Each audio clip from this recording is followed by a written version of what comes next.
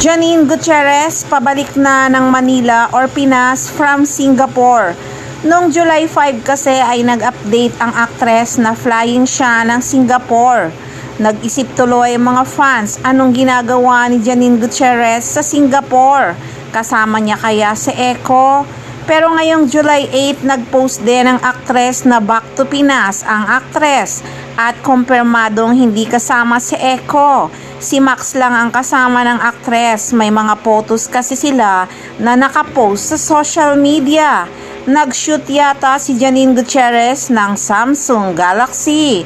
At diba kamakailan lang din ay mukhang nagpunta din si Eco sa Singapore kasama si Ann Curtis para sa cover photo ng Bazaar.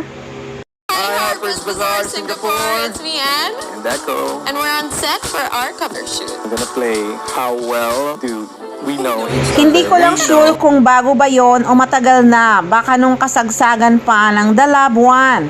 Anyway guys, sobrang busy ang Econin habang palabas na nga ang seryeng The Loyalty Game sa Prime Video. Tingin ko mukhang hanggang September lang matatapos na ang serye. Kasi ang balaraw ni Janine Gutierrez sa September din ipalalabas sa Netflix.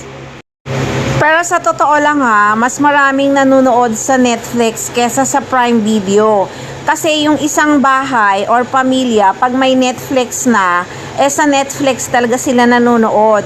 May bayad din kasi guys ang Prime Video. Pero kung dahil lang sa loyalty game, gusto nyong mapanood, pwede rin hanggang 3 months lang kayong magpa-membership sa Prime Video. Mura lang naman din.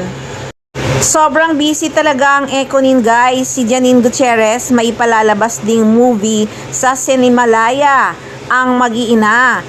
May press conference nga ito kung hindi July 8 or July 9. Ayon kasi sa message ni Janine Gutierrez sa kanyang mga fans nung Tuesday, July 7, flying home from Singapore. Cinemalaya official press conference tomorrow.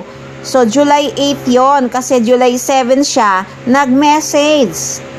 At si Eco pinaghahandaan na ngayon ang kanyang pelikulang Esmael Bernal. Kasama niya dito si Judy Ann Santos. Trabaho lang talaga ng trabaho sina Janine Gutierrez at Jericho Rosales.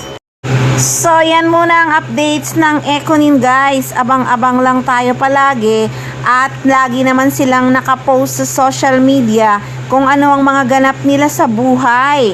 Kaya tutok lang palagi. Siyempre, dito lang yan sa Maarteng Machika.